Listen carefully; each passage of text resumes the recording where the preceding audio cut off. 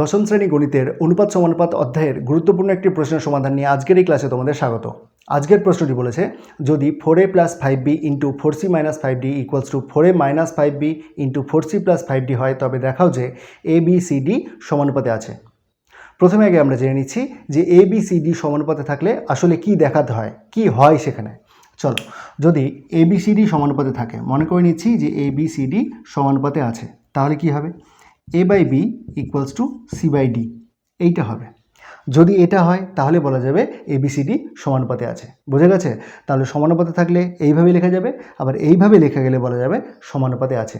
তাহলে আমরা যদি প্রমাণ করতে পারি a/b = c/d, তাহলেই তো প্রমাণিত হবে যে a আর b ABCD পরস্পর সমানুপাতে আছে। চলো শুরু করছি। তাহলে আমাদের তথ্য দেওয়া আছে কি? আমাদের তথ্য দেওয়া আছে 4a - 5b × 4c + 5d = 4a + 5b × 4c - 5d। ঠিক আছে, চলো অঙ্কটা করছি। দেখো কি আছে অঙ্কটাতে। দেখতে পাচ্ছি আমি যে একটা মাইনাস একটা প্লাস, একটা প্লাস একটা মাইনাস, তাই তো? একটা প্লাস একটা মাইনাস এরকম আকারে আছে। তাহলে এটাকে আমরা লিখছি কিভাবে? দেখো, তাহলে 4c + 5d by 4c - 5d = 4a + 5b by 4a - 5b। ঠিক আছে, দেখো এটাকে কিভাবে লিখলাম।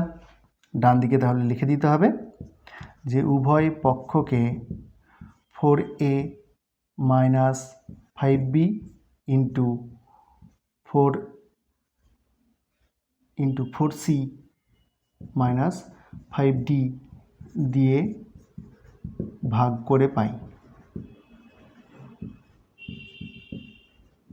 ঠিক আছে, চলো লিখলাম। তাহলে উভয় পক্ষকে আমরা এরকম করে ভাগ করে দিলাম। এইবার খেয়াল করে দেখো, আমি দেখছি যে এটা প্লাস এটা বা এটা মাইনাস এটা না, এটা প্লাস এটা বা এটা মাইনাস এটা না, যোগভাগ প্রক্রিয়া করা আছে না।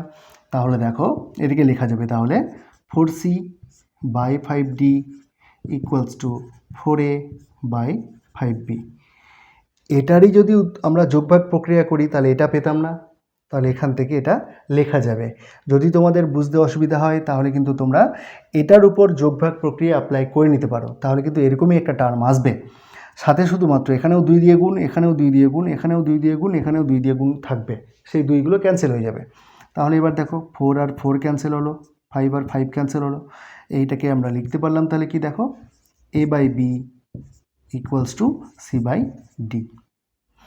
তাহলে দেখো a/b = c/d আছে, আমরা কি বলতে পারবো? ABCD সমানুপাতে আছে। তাহলে লিখবো অতএব a, b, c, d সমানুপাতে আছে, সমানুপাতে আছে। এটাই তো প্রমাণ করতে বলেছিল, তাহলে প্রমাণিত।